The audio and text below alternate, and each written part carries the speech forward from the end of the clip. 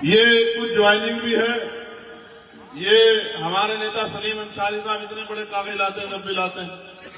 असलम अंसारी साहब, दिलशाद अंसारी साहब, सरताज अंसारी साहब, असलम अंसारी जी दूसरे, तनवीर अंसारी, इंसार अंसारी, अरशद अंसारी, इमरान मुल्ला जी, इमरान अंसारी जी, जाहिद अंसारी जी, तारिक अंसारी, नदीम अंसारी, अयूब अंसारी, सारे यहीं आगे क्या, सानिम अंसारी, रिजवान अली, साहिद अंसारी, सोएब अंसारी, अनीस अंसारी, मोहम्मद अली, अमीर आलम साहब पूर्व एमपी, उनके बेटे नवाजिश आलम जी, और कम से कम कई हजार लोगों ने आज अन्य अन्य पार्टियां छोड़ के आजाद समाज पार्टी में आस्था, विश्वास और उम्मीद जताया है।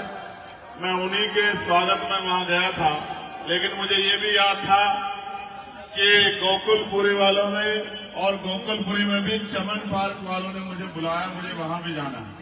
तो मैं आपका बहुत बहुत धन्यवाद करता हूं।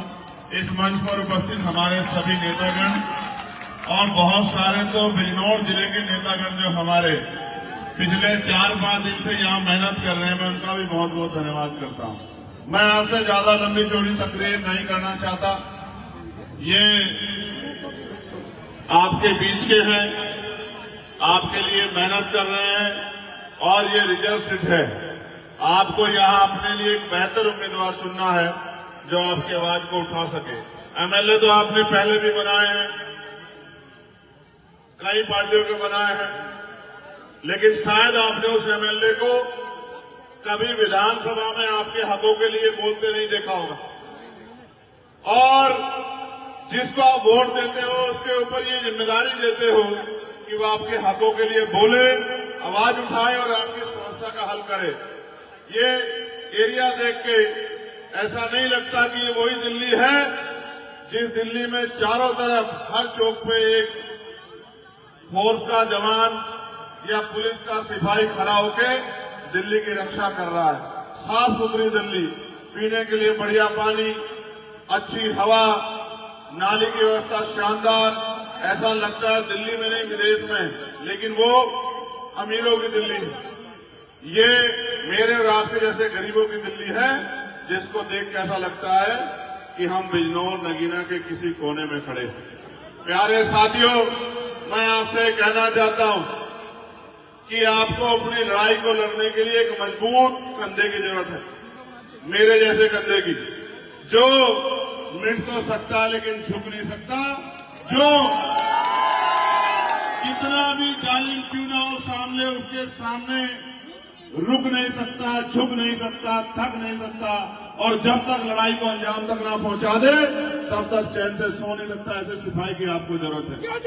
मैं आपको विश्वास से कहता हूं कि अरविंद कुमार जी के पीछे मैं, हमारी पार्टी, हमारे संगठन का एक एक आदमी खड़ा है।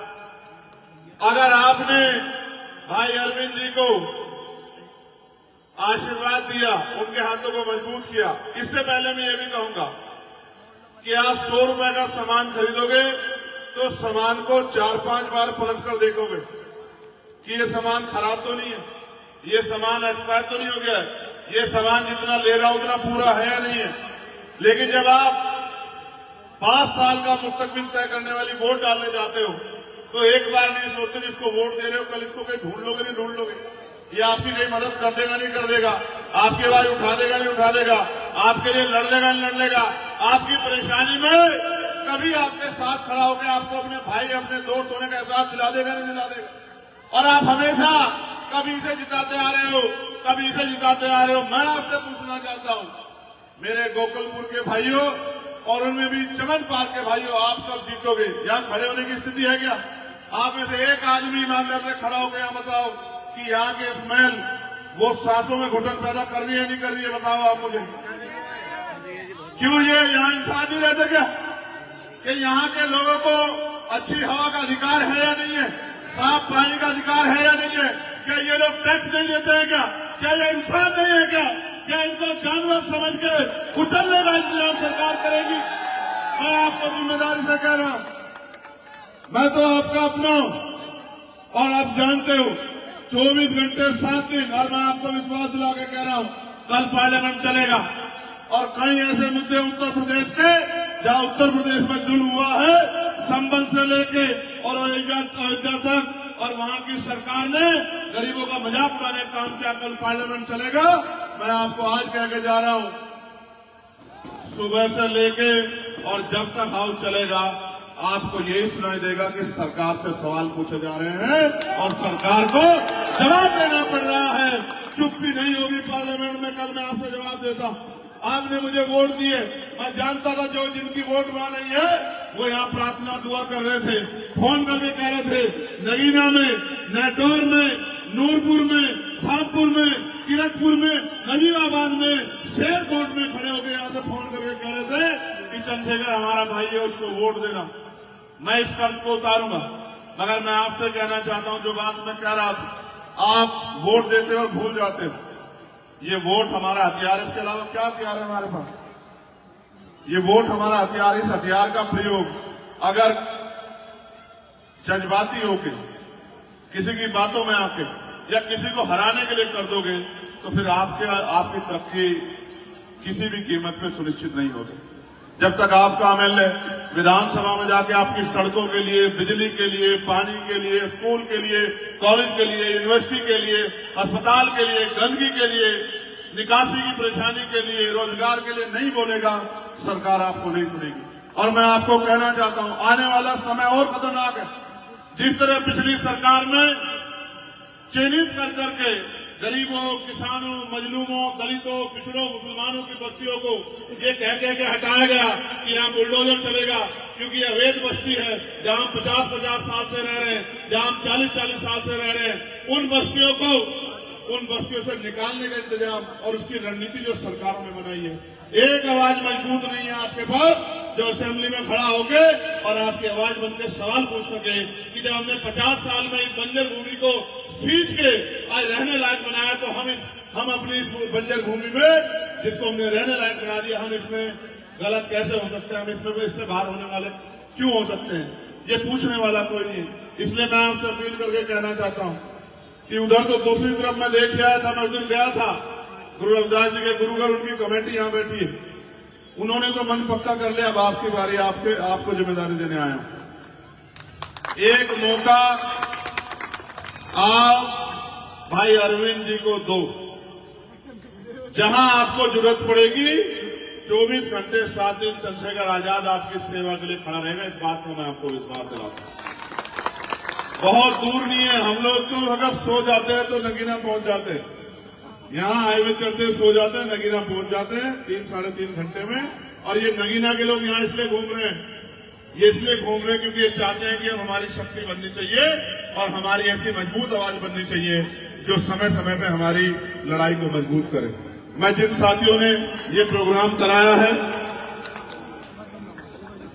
ये कुछ ज्वाइनिंग भी है। ये हमारे नेता सलीम अंसारी साहब इतने बड़े कागज लाते हैं, जब भी लाते हैं, असलम अंसारी साहब, दिलशाद अंसारी साहब, सरताज अंसारी साहब, असलम अंसारी जी दूसरे, तनवीर अंसारी, इंसार अंसारी, अरशद अंसारी, इमरान मुल्ला जी, इमरान अंसारी जी, जाहिद अंसारी जी, तारिक अंसारी, नदीम अंसारी, अयूब अंसारी, सारे नहीं आगे क्या, सानिम अंसारी, रिजवान अली, साहिद अंसारी, सोएब अंसारी, अनीस अंसारी, मोहम्मद अली अंसारी, मोहम्मद मुंसार, सलीम शेख, गुफरान अंसारी, इरफान अंसारी, रियासत भाई अंसारी,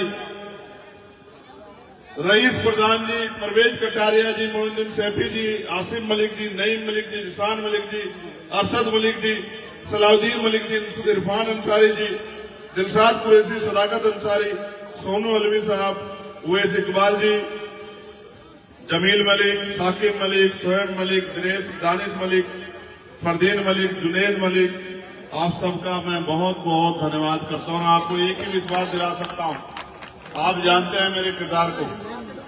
क्या कभी किसी पे जुल्म हुआ तो चंद्रशेखर ने पीछे लाइन में खड़े होकर इंतजार किया, आगे बढ़कर सामने किया? बताओ ईमानदारी से, पूरी जिम्मेदारी को बताओ, सामना किया या पीछे खड़े होकर इंतजार किया? बताओ।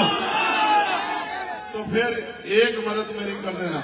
मैं जानता हूं और हम तरीका भी जानते हैं, आप भी जानते हो कि हमारी जड़ें इतनी मजबूत है कि हम रात रात में बहुत कुछ बदल सकते हैं। जब जानते हो नहीं जानते हो?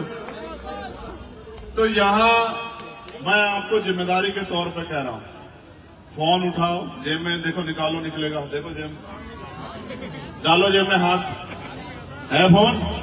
इस फोन में नंबर होंगे नहीं होंगे गोकुलपुरी के? एक फोन भाई 8 घंटे हम लोग अपना घर चलाने के लिए मेहनत करते नहीं करते? इज्जत की जिंदगी जीने के लिए, अधिकार के साथ जिंदगी जीने के लिए, अपनी लड़ाई लड़ने के लिए, 5 साल के लिए अपना भविष्य तय करने के लिए, क्या हम आने वाले 2-3 दिन 1 घंटा फोन भी यूज नहीं कर सकते? क्या अपना कर सकते नहीं कर सकते? तो फोन निकाल के 1 घंटा गोकुलपुरी वालों को फोन करना कि इस बार वोट को इधर उधर नहीं डालना। इस बार क्या है हमारा निशान? इनको पूछ रहा हूं, क्या है निशान? क्या है निशान? नहीं, ये केतली कहां है? वो केतली दिखाओ। ये केतली है ना, सारी सरकार देख ली, अब की बात देख ली। ये केतली नहीं, अलादीन का चिराग है। क्या है देखो, ये बताओ। हमने मोदी जी से केतली छीन ली है। अब जब केतली नहीं होगी तो चाय पिला के जनता का बेवकूफ भी नहीं बना पाएंगे। ठीक है, अभी केतली छीनी, आगे चाय वाला कारोबार भी खत्म कर देंगे। ठीक है, फिर ये काम भी हम पे रहेगा, तो जनता का नुकसान भी नहीं कर पाएंगे। एक बात और कहनी, सुनो, ये भाजपा के लोग कह रहे हैं 500 रुपए का सिलेंडर देंगे, कह रहे हैं नहीं कह रहे हैं? और ये कह रहे हैं कि भाई हम 2500 रुपए महिलाओं को भी देंगे, कह रहे हैं ना? मैंने इनसे अभी पूछा, नहीं अभी की सुन लो, छोड़ दो पुरानी। मैंने इनसे पूछा, भाई उत्तर प्रदेश की जनता ने तो आपकी सरकार बना रखी, उनको दे दो 500 का सिलेंडर, वहां की महिलाओं को दे दो 2500 रुपए, हरियाणा वालों ने अभी ताजी बने उनको दे दो, उत्तराखंड वालों को दे दो, मध्य प्रदेश राजस्थान वाले दे दो। इनको देना कुछ नहीं है, इनका बस चले तो ये हमारी रोजी रोटी भी बंद कर दे और ये हमारे सांस लेने का अधिकार भी छीन ले। इनका इलाज परमानेंट करना पड़ेगा, इसलिए बहादुर लोगों की जरूरत है। और बहादुर लोगों में से एक अरविंद कुमार आपके बीच में है। दोनों हाथ उठा के भाई अरविंद को आशीर्वाद देके ये विश्वास दिला दो कि इस बार आप अपनी वोट से ताकत बनाएंगे और अपने भाई चंद्रशेखर आजाद को लड़ाई लड़ने की हिम्मत दोगे? दोगे नहीं दोगे बताओ?